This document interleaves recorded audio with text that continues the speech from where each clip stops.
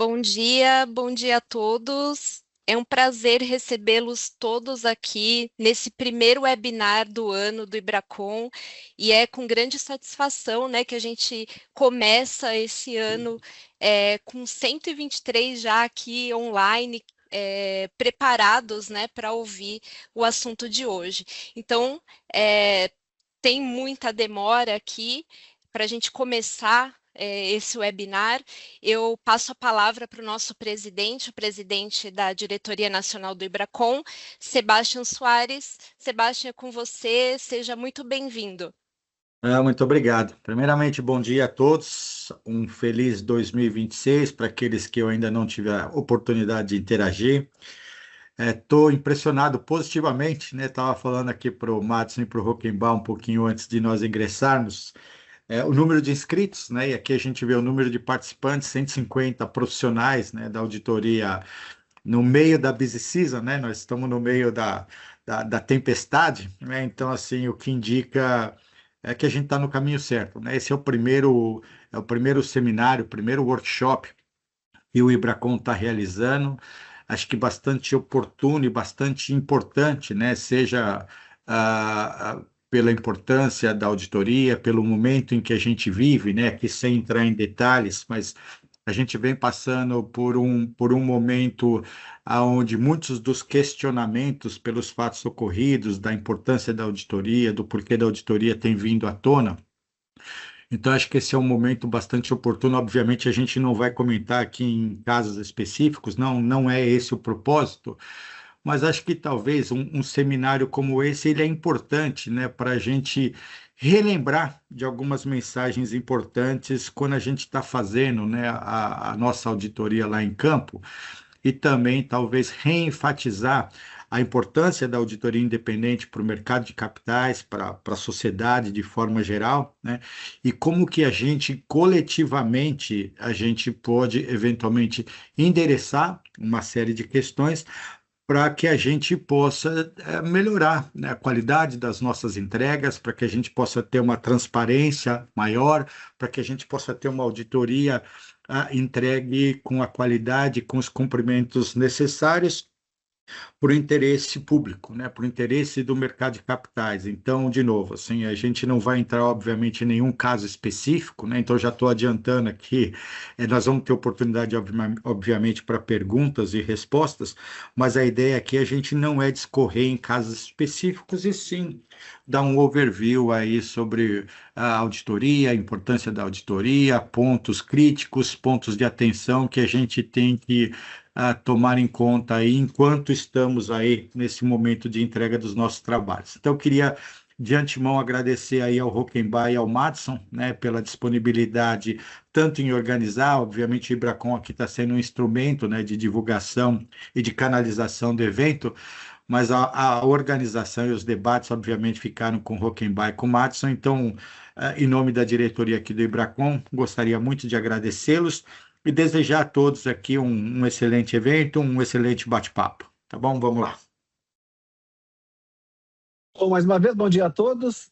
Eu inicio esta manifestação convidando a todos os colegas para se aproximarem das entidades da classe contábil, da profissão, né? Convido os colegas que sempre têm tempo ainda de se associarem ao Ibracon. O Ibracon é uma entidade técnica que trabalha pela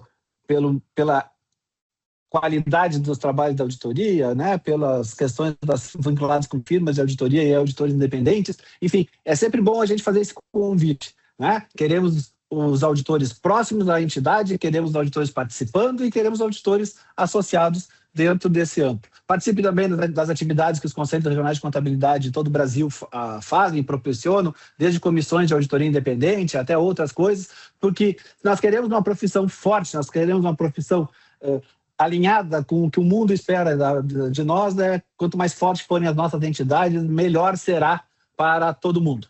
Dito isso, e para não gastar muito tempo na abertura, esse evento que a gente faz aqui, que tem a participação do Madison, ele é um evento que sistematicamente, periodicamente, o Madison gentilmente contribui, né? Seja no Conselho Federal de Contabilidade, seja em algum Conselho Regional de Contabilidade, né? Agora aqui no Ibracon, como mola propulsora de uma reflexão, que os auditores devem levar em consideração, aspectos que devem ser ainda observados agora, já ainda em tempo de fechamento de auditorias de demonstrações financeiras. Tá? Então, a abordagem hoje ela tem por base o ofício aquele que anualmente a CVM divulga, publica, endereçado aos auditores, certo?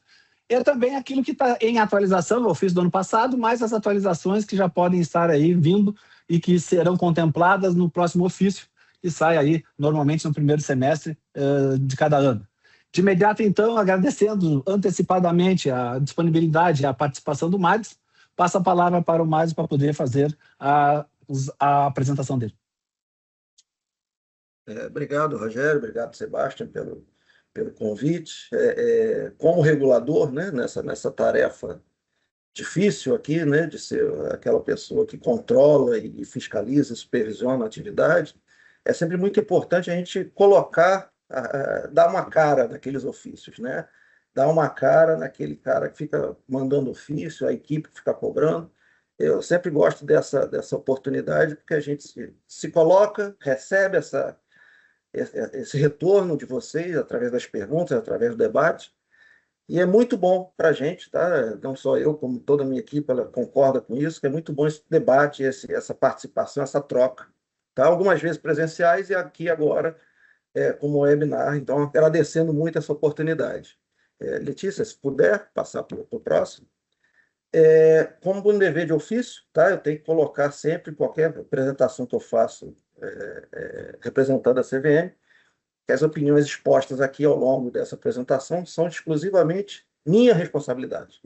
Tá? Não representam em momento algum posicionamento da CVM sobre aquela matéria. A CVM ela se manifesta através do seu colegiado, através da assessoria de comunicação. Mas eu falo como alguém que está ali na área técnica. Tá bom, gente? Qual é a grande mensagem dessa apresentação? É uma reflexão, como o Rockenbach falou. Letícia, se você puder passar, por favor. E é uma reflexão, deixar bem claro que a gente não está falando aqui de nenhum caso que esteja na mídia atualmente. Tá?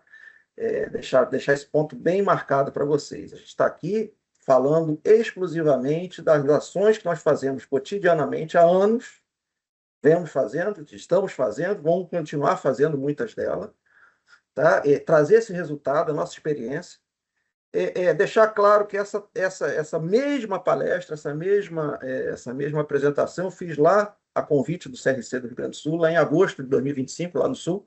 Então, provavelmente o pessoal do Sul que estiver aqui presente, ele vai ter essa...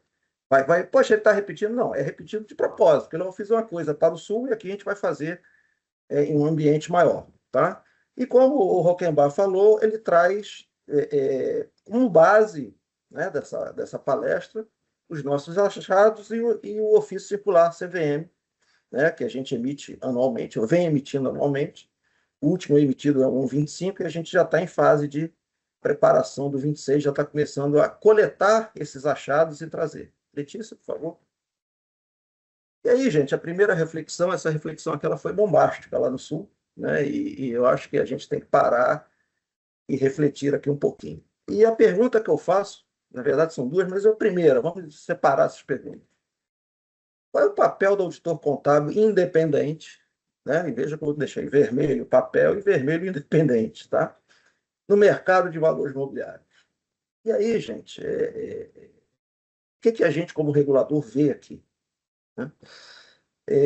Muitas vezes, em alguns achados que nós temos, ou algumas supervisões que nós fazemos, o auditor vem e fala para a gente o seguinte: mas, olha, se eu fizer isso, eu vou prejudicar meu cliente. E aí eu pergunto para ele, mas você não é independente? Ao prejudicar o cliente, ao tentar não prejudicar o cliente, você está se colocando numa posição de independência ou de um contratado daquele cliente para prestar um serviço que o ajude? Veja, a gente não está falando aqui de coisas, o auditor fazer algo ilícito, tá? Mas naquela hora de atuar, ele pensar dessa forma. E aí, eu acho que a gente precisa ter essa mentalidade e eu acho que com o tempo a gente está perdendo um pouco isso. Eu já estou aqui há 30 anos fazendo essa função, não como gerente, mas aqui na área de auditoria. E pode ser até que as pessoas dizem assim, mas lá vem papo de pré-idoso. Não é isso, tá? Não é papo de pré-idoso, é papo de quem está vivendo no dia a dia o que está acontecendo, tá? E aí vem a segunda pergunta. O contratante do serviço de auditoria, quem é essa pessoa que contrata o auditor? Quem é essa pessoa que contrata vocês para, ao final do trabalho de auditoria, emitir um relatório de auditoria? É o cliente? Não é, gente. Não é. Essa reflexão a gente tem que fazer. O contratante de vocês no dia a dia é a sociedade, é o mercado de valores imobiliários, que, por uma definição normativa legal, é custeado pela empresa que está em registro na CVM ou pela entidade auditada que tem registro na CVM, seja empresa, seja fundo, seja o que for. Eu sempre gosto de começar com as palestras que eu tenho feito, as participações que eu tenho feito, porque a gente não pode esquecer que a nossa profissão, e aqui eu me incluo também, apesar de ser aqui o regulador, sou contador, já fiz, na minha época de auditoria, já fazia auditoria. O auditor contábil independente, ele tem que ser independente. E ele tem que ter em mente que ele presta um serviço ao mercado. E não necessariamente ao cliente que o contratou como auditor. Não estou falando daquele que foi contratado como consultor, gente. Muda de figura. Tanto é que a gente não deixa você ser, né, pelas normas da CVM, normas do Conselho, você não pode ser consultor e auditor ao mesmo tempo. Tem alguma coisa ali que vai dar problema, né? Então, assim, essa reflexão a gente tem que fazer em algum momento, né? Eu continuo independente, na minha opinião, e eu presto serviço para quem me contratou. Eu presto, sim, serviço para quem me contratou. Eu não presto serviço para quem me pagou. É diferente. O serviço que aquela pessoa te paga é executar uma auditoria dentro das normas para o mercado se sentir protegido. Tá? A gente costuma até dizer aqui na CVM, e o pessoal que eu tenho reunião, tem muito contato, falo sempre, a gente vê o auditor como é o inspetor da CVM no campo. É a primeira frente, o pessoal chama muito gatekeeper, né?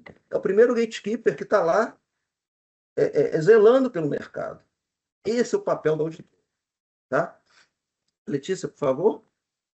Essa é a primeira reflexão. E agora a gente vai entrar, com essa reflexão inicial, naquelas reflexões mais específicas, tá? Específicas que eu digo, já tendo em vista o ofício circular 0125, tá? Que foi o último emitido.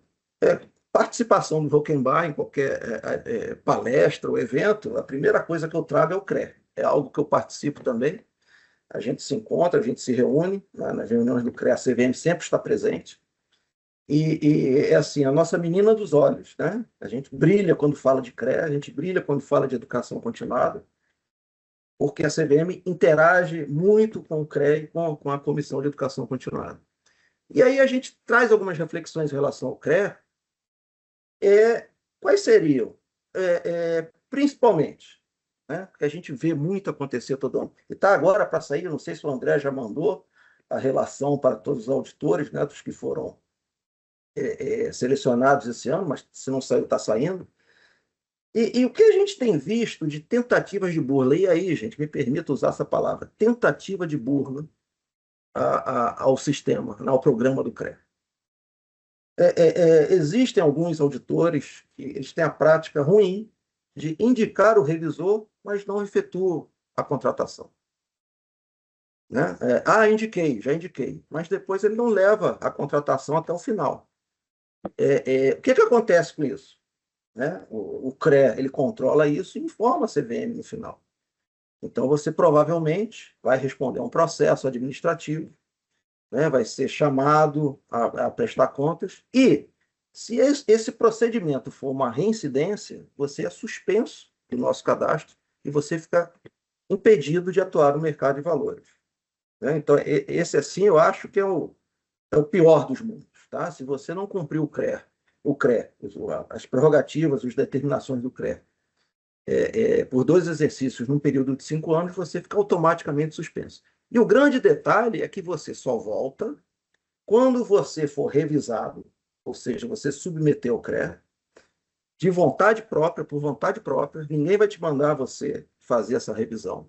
né? Você, por interesse, você vai informar o CREA que vai ser revisado.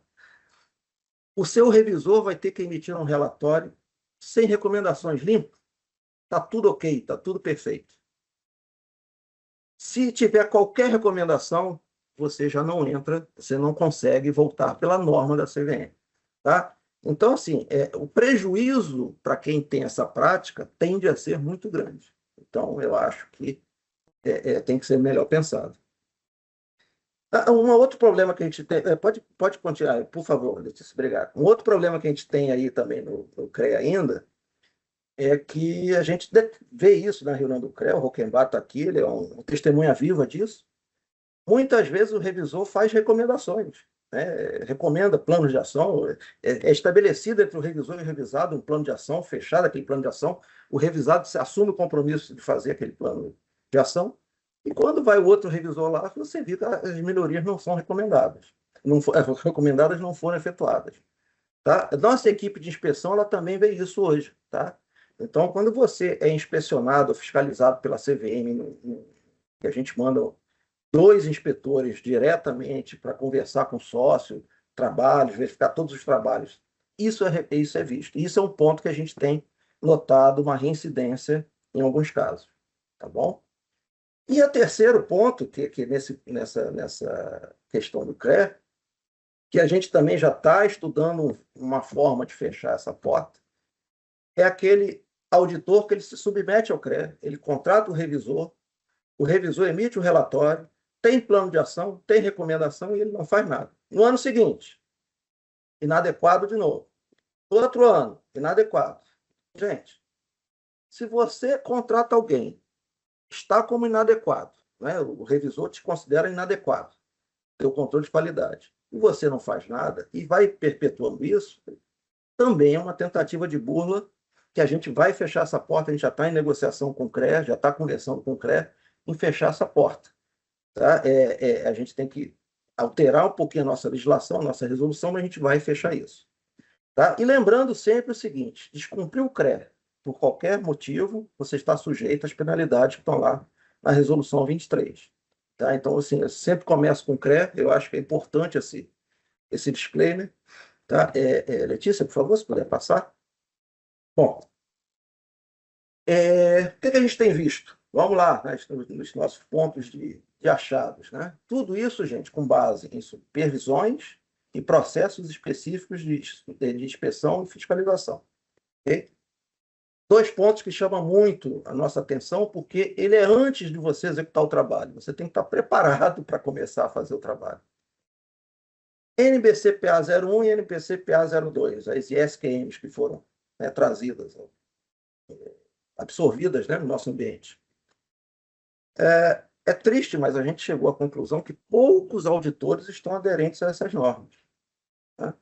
Quando nós fazemos algum processo de supervisão e fiscalização, a gente vê que está sempre alguma coisa faltando. Está sempre alguma coisa... Não, isso aqui está pendente ainda porque eu não tive fazer. E aí, gente, aqui chama até atenção. O último caso que a gente pegou, isso foi no final do ano passado, no meio do ano passado, até uma das bigs, né, estariam lá. Então, assim, a gente não está falando aqui com médio, com pequeno, está falando com todo mundo. Tá? Essa questão da INBCPA 01 e a 02, ela é primordial para o trabalho. Sem ela, como é que você vai garantir a qualidade daquilo que você está fazendo? Como é que você vai atribuir responsabilidades e tocar seu processo? É para a gente pensar. Isso a gente tem visto, e a gente tem até que conversar efetivamente com o Conselho Federal, nessa questão, e com o CREA, principalmente, que a gente tem que ver alguma coisa para fechar mais essa porta.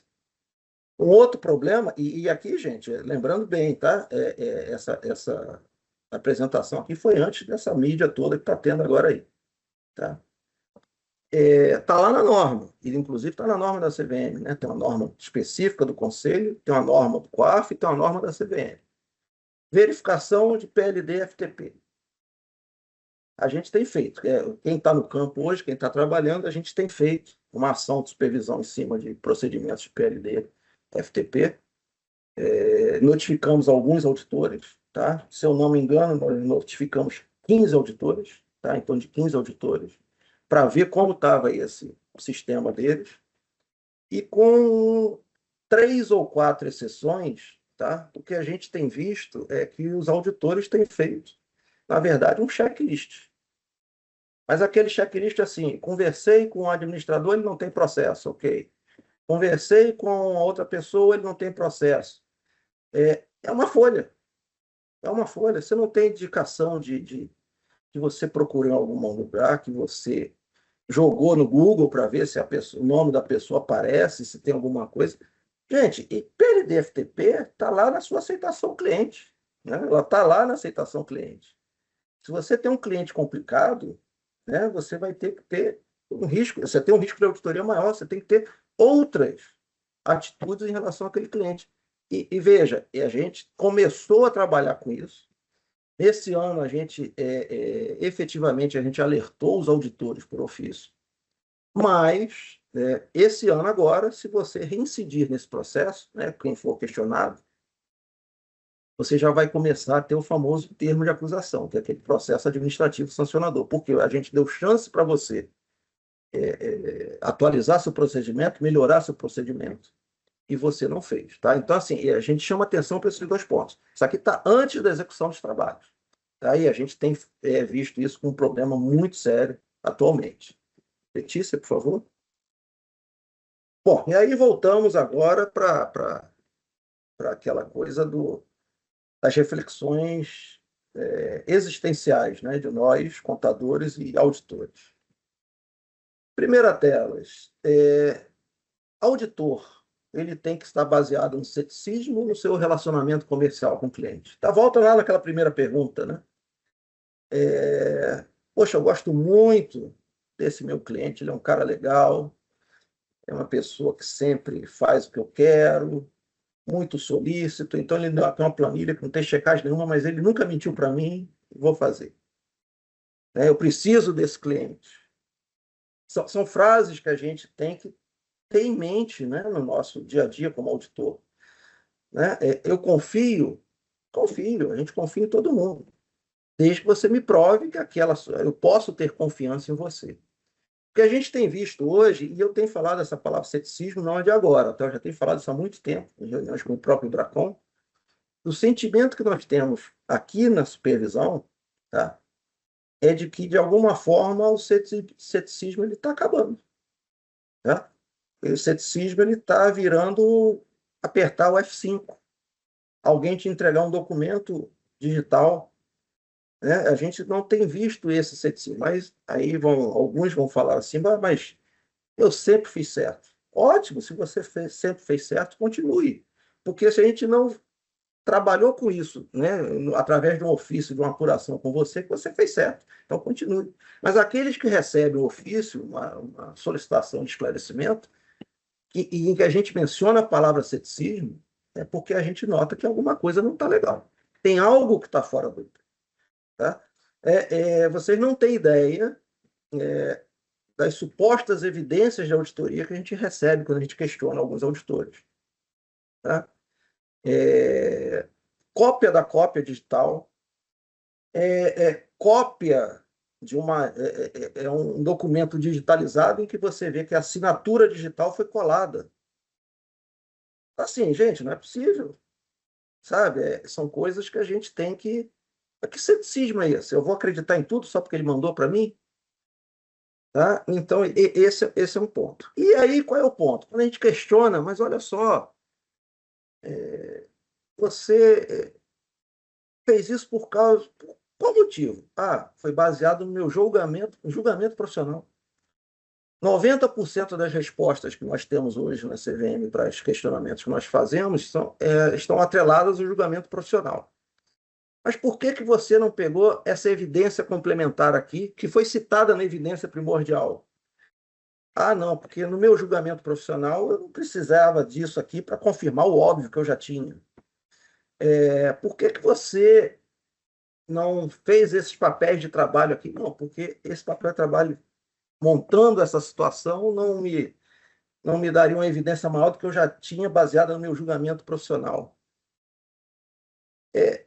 Será que o julgamento profissional está sendo utilizado, na verdade, para você diminuir a obtenção de evidências? você ter menos evidências a analisar, fazer o processo ser mais rápido, é algo que a gente tem que refletir, tá, gente? O que a gente nota do lado de cá, mais uma vez, tá? O meu pessoal, quando vai analisar os documentos de auditoria que a gente pede, papéis de trabalho, a gente olha, assim, evidências de auditoria meio, sabe?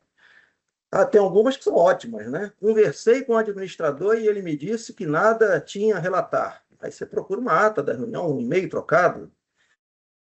Não tem. Não, mas cadê o e-mail? Não, não está aqui não, porque a gente não baixa o e-mail, porque o e-mail fica com o cliente. O e-mail é do cliente. Falei, mas então como é que você prova que você fez? Pelo amor de Deus, eu não consigo entender. Não, mas o meu julgamento profissional justifica. Eu achei que pelo meu julgamento não era necessário anexar o e-mail, mas você está declarando que ele disse. Como é que você declara que ele diz? Juntando aos autos. Então, assim, são coisas muito simples, muito banais, que a gente está deixando passar. A gente está deixando a coisa, sabe, tomar um rumo que a gente entende não ser legal. E tudo baseado em quê? Julgamento profissional. Eu sempre tenho uma coisa que se a empresa fosse sua, se você fosse cotista dessa empresa, ou sócio, e você contratasse um auditor, você queria que ele adotasse o mesmo julgamento profissional que você está usando? Eu uso isso nas minhas aulas na Mackenzie, quando tem dúvida, né? E é muito interessante que a pessoa pare e não, aí não fica legal. Eu falei, então, o que você faz? O que você faz desse jeito? É uma reflexão que a gente tem que ter enquanto auditores. Tá? Letícia, por favor. Bom, falando, né, eu gosto muito desse tema, IA. Né? Agora, vou até brincar com o Sebastian, que está aí vendo. Agora tem 2 temas em auditoria, IA e sustentabilidade. É o grande, né? São as grandes manchetes. E aqui do nosso lado aqui, a gente já viu que tem um problema com a IA, gente. A gente pede papel de trabalho, a gente faz a supervisão. Aí você olha lá a amostra, né, que a pessoa, o profissional, nosso colega, fez. Mas como é que você chegou nesse procedimento? Não, a IA faz. Tem lá um programa que a IA faz. Tá, beleza. Essa IA atende, né, esse programa que gera esse relatório, esses dados para vocês, atende procedimentos estatísticos de alguma natureza? Tem um papel de trabalho dizendo o que você programou na IA, como ela faz esse teste, para que você tenha uma evidência mínima satisfatória? Não tem. Não é raro, eu não posso dizer que é comum, mas não é raro, quando a gente faz as apurações, o modelo estatístico da amostra, gerado pelo sócio, né, validado pelo sócio, não atende ao manual da firma.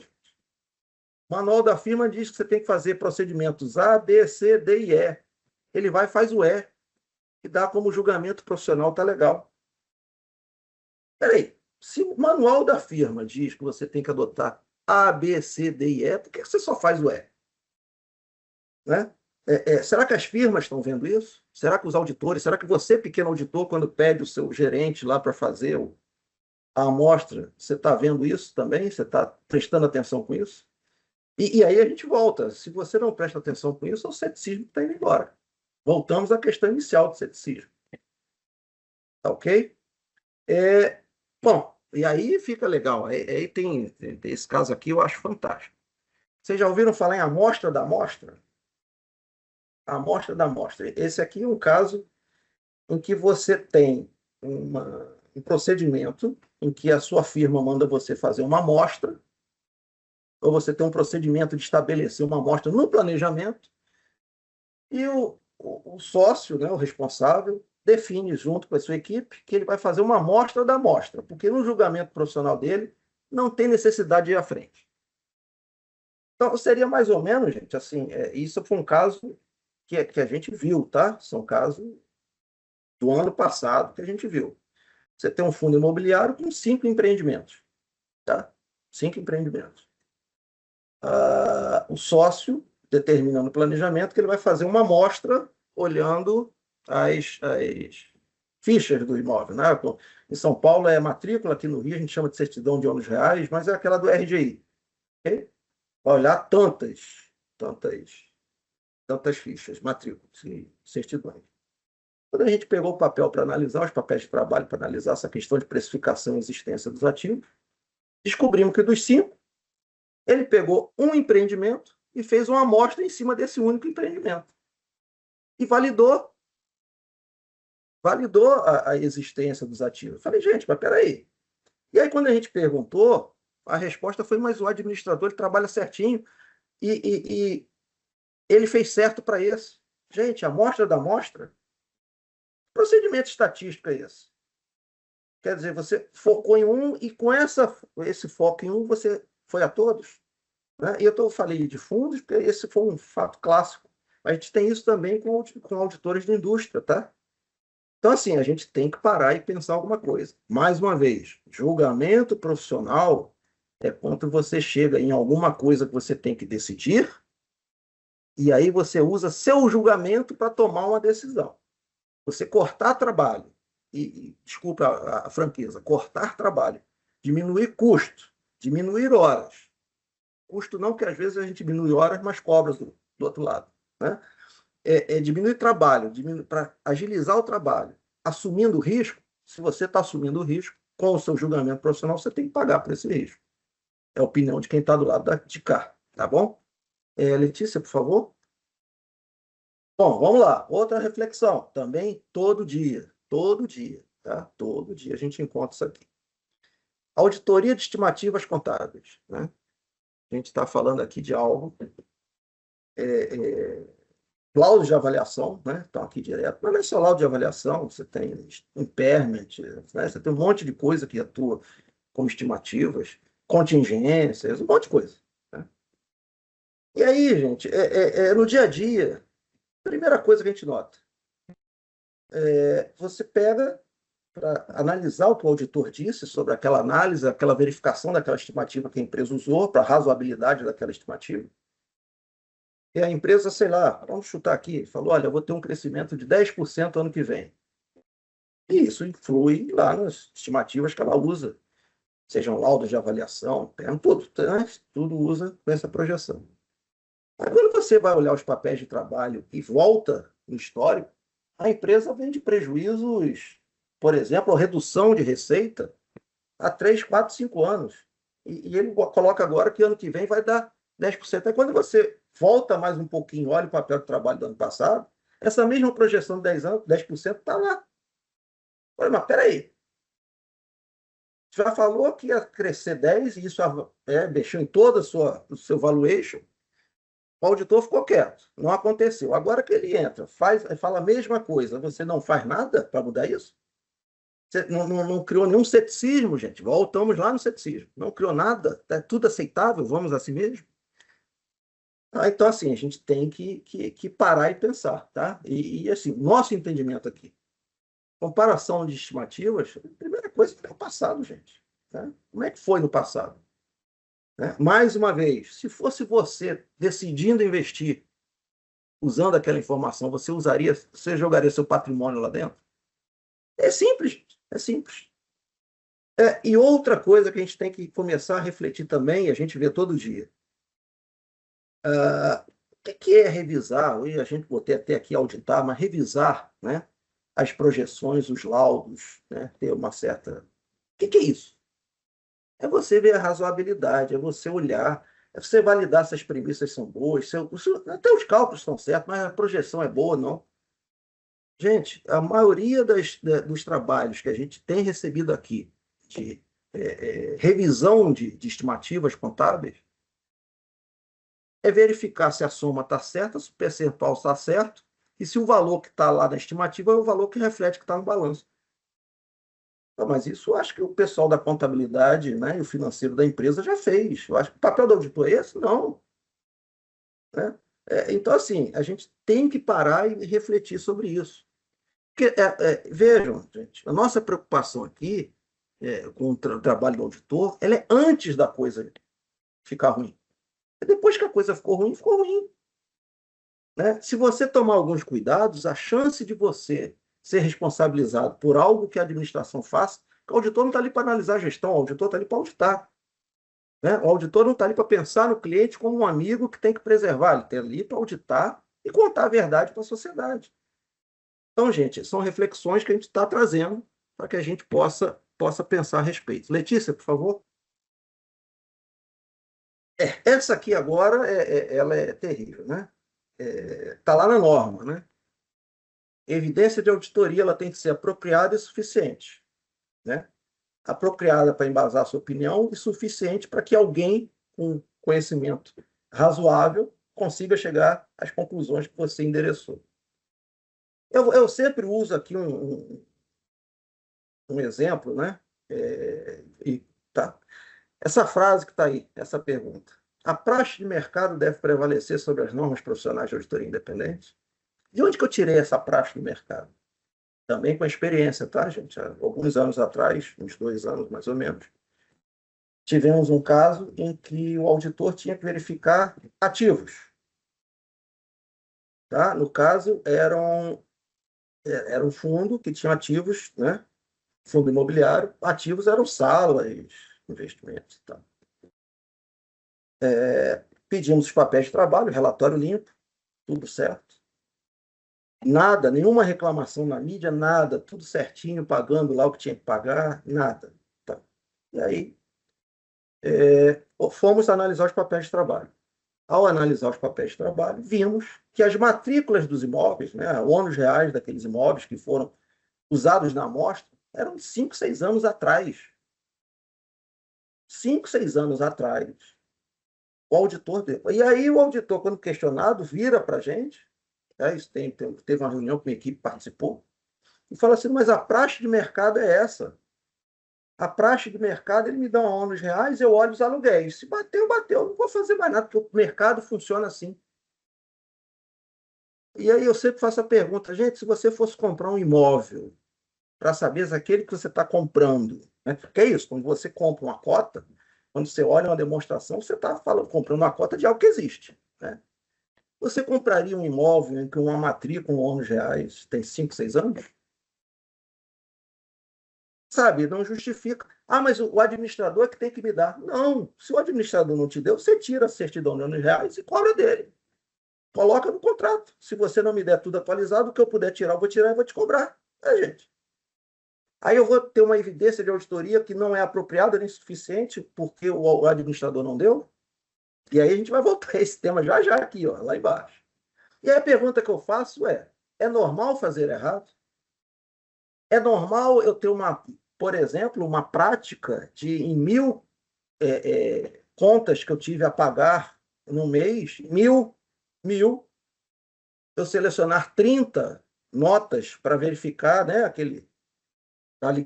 do recebimento ao pagamento de um só fornecedor e falar que minha conta fornecedora está normal, está ok, está auditada. Ah, mas não aconteceu nada. Não aconteceu até o dia que acontece, né?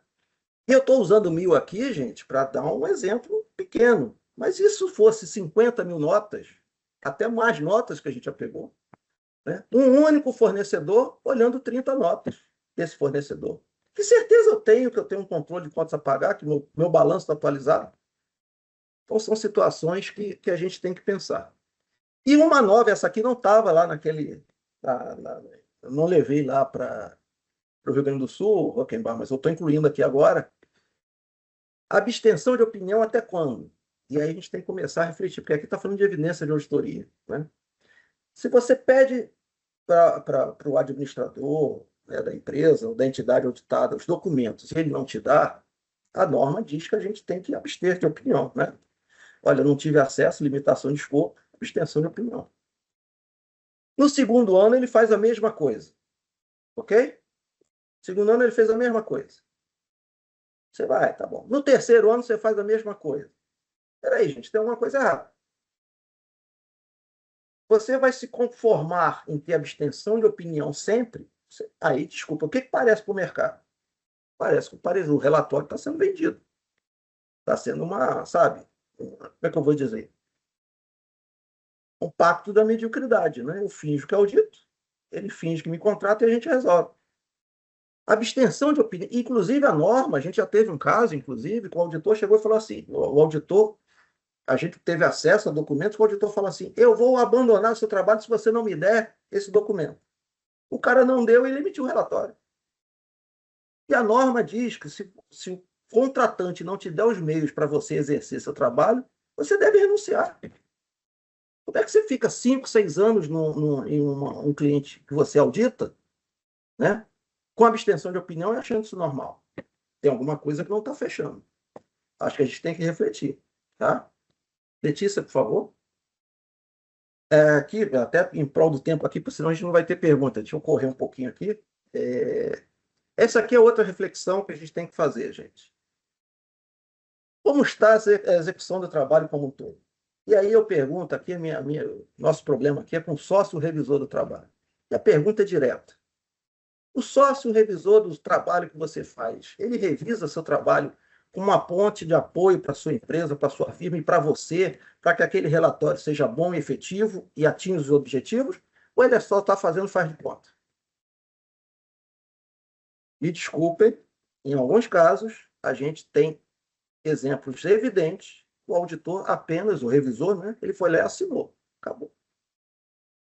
Porque se a gente que está olhando os papéis, sem participar do trabalho, você tem informação nenhuma, você nota que tem coisa que não bate, que está faltando, como é que ele, que tem a estrutura da empresa por trás, tem o manual de uma firma, tem o manual do escritório que você trabalha, seja pequeno, seja médio, seja grande, tem tudo ali, na hora que você para revisar os trabalhos, você não identifica o que a gente aqui em 10 minutos olhando identifica. Então tem alguma coisa que essa conta não está fechando. Né? É uma coisa que a gente tem observado que não funciona, e até para pensar, não adianta você botar o sócio novo para revisar o trabalho de um sócio que é o líder da empresa. Ele não vai revisar, gente. Não adianta a gente, sabe, inventar alguma coisa aqui e falar que, olha, teoricamente, então ele não vai revisar, porque se ele fizer alguma coisa que o sócio líder não gosta, ele sai até da sociedade. Então a gente tem que tocar esses assuntos, tá? E é um projeto nosso aqui, a gente está pensando em como atribuir responsabilidade ao revisor do trabalho. Quando a gente fizer um termo de acusação, o revisor vai junto, porque não é possível que ele não consiga ver. Ele tem, vamos lá, 1 ano para revisar isso tudo, né? Mas ele só vê no final. Aí temos um problema, né? Ele tem 1 ano para acompanhar isso tudo e adotar as medidas que ele precisa. Então a gente está trabalhando nisso, tá bom? Letícia, por favor. E já fechando, né, lembrando que são poucos pontos, né, a gente aqui é papo para 3 horas, se deixar, a gente acaba o dia aqui. Esses pontos e outros pontos estão no ofício circular 01, tá, e 2026 está em elaboração ainda, tá? Como eu já até falei para o Rockenbach, a gente deve soltar esse ofício em abril ou maio. Até o Rockenbach, mas maio já passou. Eu falei, não, se você olhar que maio está cedo para o ano que vem, a gente mantém sempre uma atualização para o outro ano. Tá bom, gente? Eu acho, por favor, passando, acho que acabou agora, é só mesmo meu e-mail, tá? Se vocês quiserem alguma consulta, alguma coisa. Consulta, geralmente, se for consulta de atividade, a gente só responde através de processo SEI, tá? Tem que ser pelo protocolo digital. Mas, às vezes, eu tirar uma dúvida específica sobre o procedimento, então, os meus e-mails aí. E agradeço pela oportunidade. Devolvo a palavra ao Rockenbach e Sebastião. Obrigado, viu? Eu levantei a mãozinha aqui, se eu posso fazer algumas ponderações, Marcos. Primeiro, agradecer aí, né, as suas ponderações, e eu vou fazer, acho que aqui o mesmo disclaimer que você fez no início, né? Aqui meu disclaimer, a minha opinião agora e meu comentário é meu, enquanto Sebastião é o sócio de auditoria e não do Ibracon, né? Mas eu queria colocar alguns contrapontos aqui, né? Se você me permite, aqui em toda esse debate que a gente teve aí ao longo desses últimos minutos, né? Primeiro comentário é em relação à história do gatekeeper, Madison. Eu concordo, eu acho que o mercado ele enxerga o auditor independente como gatekeeper, mas eu acho que a gente também tem que pensar profundamente que nós somos um dos gatekeepers, né? Porque quando você pega uma companhia, você pega todos os agentes de governança, você tem o conselho de administração, o conselho fiscal, o comitê de auditoria, auditoria interna, os responsáveis efetivamente pela gestão, o auditor externo, o analista de mercado, o regulador e a sociedade civil de forma geral. Então, quando a gente fala de gatekeepers, né, eu entendo sim que o auditor independente, ele é um gatekeeper, mas ele é um dos gatekeepers, né? Quando você tem eventualmente alguma falha ou quando você eventualmente tem algum caso de fraude, né, você tem de fato uma falha sistêmica. Você passou por todas essas instâncias e agentes de governança aonde todo mundo falhou, na minha opinião, de forma coletiva, né? Então, atribuir ao auditor, exclusivamente ao auditor independente ou ao regulador, né? É muito comum, a gente apanha junto, né, Matsu? Quando você tem essas situações, é muito comum a gente ver exatamente o regulador e o auditor independente apanhando, sem que ninguém, né, sem que todos os agentes façam essa autoanálise para falar, olha, nós temos um problema efetivamente sistêmico, é uma falha sistêmica. Então, quando a gente fala de responsabilidades, né, e limites de responsabilização,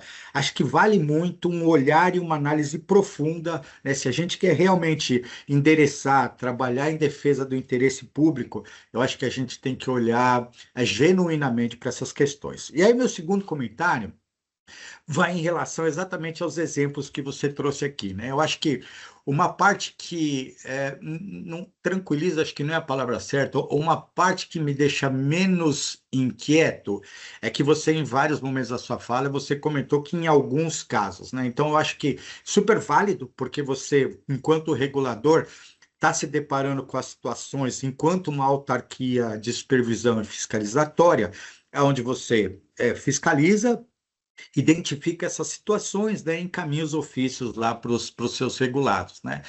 E assim, em várias das suas falas, assim, o que me deixa menos inquieto é que nós não estamos falando de um problema sistêmico generalizado, né? Acho que super válido trazer os exemplos para que a gente possa efetivamente fazer essa reflexão, né? Aqui fazendo a nossa meia-culpa, vamos dizer assim, acho que a gente tem sim oportunidade de melhorar nesse processo, vis-à-vis os casos que você efetivamente está trazendo aqui enquanto regulador. Então, a gente já tem conversado, né, do Ibracon conjuntamente com a CVM, de a gente trabalhar de forma conjunta para melhorar efetivamente a qualidade dos trabalhos, né? De novo, não é de forma generalizada, então a gente tem esses casos aqui pontuais, onde a gente não pode fingir que não está acontecendo, né? E efetivamente trabalharmos enquanto autarquia regulatória e fiscalizatória, enquanto instituto para o benefício do mercado de capitais e da sociedade, né? Trabalhar aí conjuntamente para a gente endereçar essas questões. E só para finalizar, eu vi que tem uma pergunta para falar sobre os casos específicos aí que tem sido noticiado nas últimas semanas, e a gente tomou cuidado logo no início, né, para a gente, não é o propósito desse webinar, assim, eu acho que não é esse o propósito, sabe, aqui eu acho que é para a gente debater as situações onde o regulador tem se deparado, né, no seu processo fiscalizatório, né, e aqui eu gostaria que a gente não comentasse em casos específicos que a gente tem visto recentemente, até porque na minha opinião, e de novo estou fazendo um disclaimer aqui que é minha opinião e não do Ibracon, eu entendo eu ser bastante prematuro, né? Assim, a gente até agora está se baseando em notícias que têm sido veiculadas nos meios de comunicação e na imprensa, né? Acho que ninguém tem efetivamente acesso a papéis de trabalho ou trocas de informações entre regulador e regulado, então acho prematuro e até perigoso a gente eventualmente tentar tecer qualquer comentário sobre situações aonde estão ainda em estágio aí de evolução e investigação, né? Paro por aqui, Madison, de novo agradecendo, fiz as ponderações aqui, os contrapontos, né? Mas agradecendo muito aí os exemplos práticos e reais, né? Que vocês, enquanto regulador, identificaram. Deixa eu só fazer um esclarecimento até, porque eu sou muito direto nesse público, né? A gente está falando aqui do auditor, né? A gente está falando para auditores, então, assim, eu concordo plenamente com o que você disse, mas eu gosto muito daquilo. Se a gente fizer o nosso direito, a sociedade vai entender que a gente está fazendo o nosso direito. Esse é o ponto. Tá? Então, por isso que eu foquei muito aqui na questão do auditor para o nosso público aqui do webinar. Rogério, por favor. Nós temos que fazer sempre uma análise, né, de que assim, não existe profissão no mundo mais regulamentada que a nossa.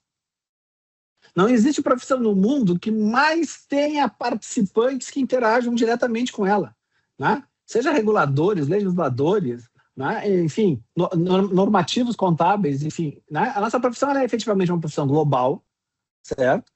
E nós temos um arcabouço extremamente robusto de legislações, certo? O que se está trazendo aqui é que, dentro de milhares e milhares de trabalhos feitos, surgem, de tempo em tempo, algumas questões.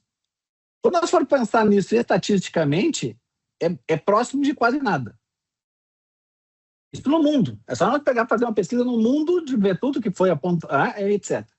Mas temos, sim, enquanto auditores, assim, que trabalharmos naquilo que está efetiva e objetivamente ao nosso alcance.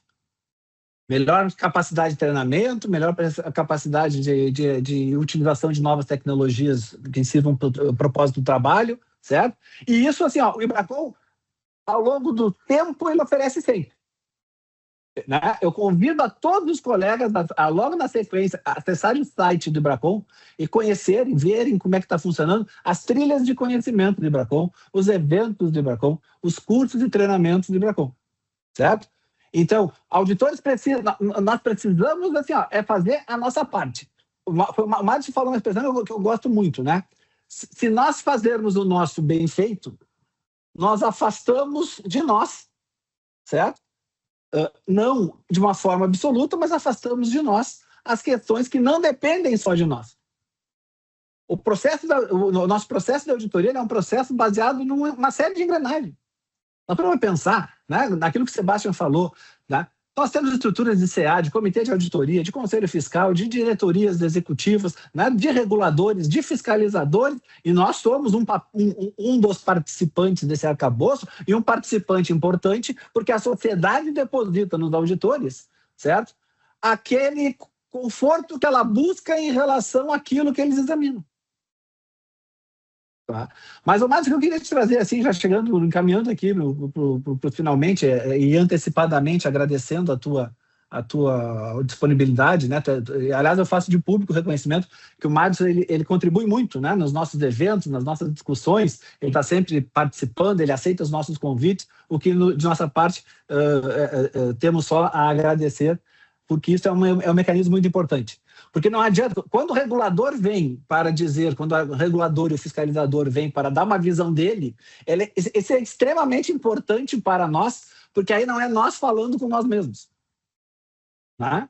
Então, a gente viu ali, tem o ofício, quem ainda não acessou detalhadamente o ofício aqui que foi colocado na tela, certo? Acesse, certo? Ele é um instrumento muito detalhado e rico de reflexões, sugestões, contribuições, tá? Para que se possa, de uma forma muito objetiva, fazermos a reflexão dentro das nossas firmas para ver como é que a gente está atendendo, cobrindo aquilo ali. Ele funciona quase como uma espécie de programa de reflexão. Tá? Quem faz isso, quem pode fazer, isso tem um ótimo uso para a questão.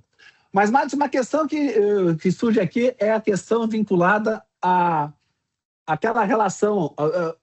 Foi noticiado que a CVM aumentou o quadro, né? Teve um concurso novo, sei lá teve novas admissões e assim por diante, tá?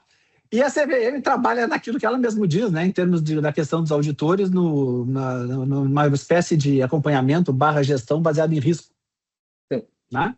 Eu queria que tu pudesse dar uma abordada assim, em relação a essa questão, né? Essa engrenagem, essa estrutura e como é que funciona. Bom, assim, realmente houve um aumento de quadros, tá? Na área que acompanha a parte de auditores, nós ganhamos mais 3 servidores, tá? Nesse novo concurso, mais 3 servidores, continuamos ainda com um déficit muito grande em relação ao que a gente precisa. Outro dia a gente fez um levantamento aqui comparado, por exemplo, com o PCOB, que é o nosso espelho americano, que se Deus quisesse, um dia a gente chegasse nesse nível, lá são 500 e tantas pessoas trabalhando na supervisão. E aqui eu tenho 16. Então, assim, é algo que a gente faz ainda. E a supervisão baseada em risco, ela é o que nós fazemos aqui. Para explicar também, eu acho que é esse o ponto. Nós temos tudo isso que a gente vai falando com vocês, a gente vai mensurando esse risco, qual o impacto dele no mercado. Tá? A gente vai trabalhando isso. A gente estabelece, através de procedimentos que nós temos uma superintendência que faz isso, a gente estabelece uma matriz, e nessa matriz a gente consegue pontuar esses riscos. Tá? E aqueles que são riscos altos, né, ele é alto e muito alto, a gente separa e começa a atuar 2 anos, os próximos 2 anos, a gente começa a atuar naqueles dois riscos, tá? Naqueles riscos que são altos e elevados. E aí, por isso que é muito comum o mercado começa a receber determinados tipos de pedidos de informação diferentes do que sendo feitos, né? Que a gente vai mudando essa supervisão. A gente até publica alguns riscos, né, no SBR da CVM, mas a gente, por uma questão de inteligência, a gente não diz como a gente vai atuar nesses riscos de forma pública para a sociedade. Ele é um público para os órgãos de controle, para o governo, mas algumas coisas não, é aquela coisa, né? A pessoa que está mal intencionada, ela arruma um jeito de fugir dessa supervisão. Mas, em tese, é isso, tá? A gente, a cada 2 anos, a gente mapeia, faz esse levantamento e, com base nisso, a gente faz ações. Essas nossas ações, a gente não vai olhar os 350 auditores registrados, óbvio que não vai. A gente também pontua em termos de relação. Ó, qual a participação dele nesse mercado de companhias, qual a participação dele nesse mercado de fundos, e a gente tabula isso, e com isso a gente faz nossas ações. Eu não sei se respondi, Rogério, ou se... Perfeito.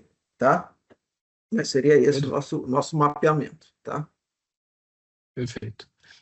Gente, nós estamos aqui encaminhando para o nosso encerramento, tá?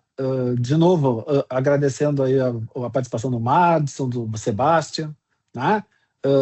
Novamente convidando a todos que se aproximem do Ibracon, se associem, participem. Eu vou falar baixinho para o Sebastião não ouvir, mas o Ibracon tem um exclusivo programa que parte do que tu paga de mensalidade, tu pode reverter em aplicação de treinamentos, cursos e eventos de Ibracon, tá? Eu vou falar baixinho para o Sebastião não ouvir, que nós temos né? esse estímulo grande, né? E, gente, vamos lá. Não tem problema que possa surgir que auditores unidos com todos os participantes do mercado, preocupados em resolver, em melhorar o ambiente de negócio, o ambiente de auditoria, o aprofundamento das questões técnicas, não se consiga fazer participando de eventos como esse, buscando treinamento, buscando qualificação, buscando debate, buscando inovações, certo? E é para isso que o Instituto se propõe. Ele está à disposição de todos. Eu passo ao Sebastião para fazer essa manifestação final, ao Madison para fazer essa manifestação final e, por fim, a Ana Paula fará o encerramento. De minha parte, muito obrigado. Tivemos aí 350 participantes, né?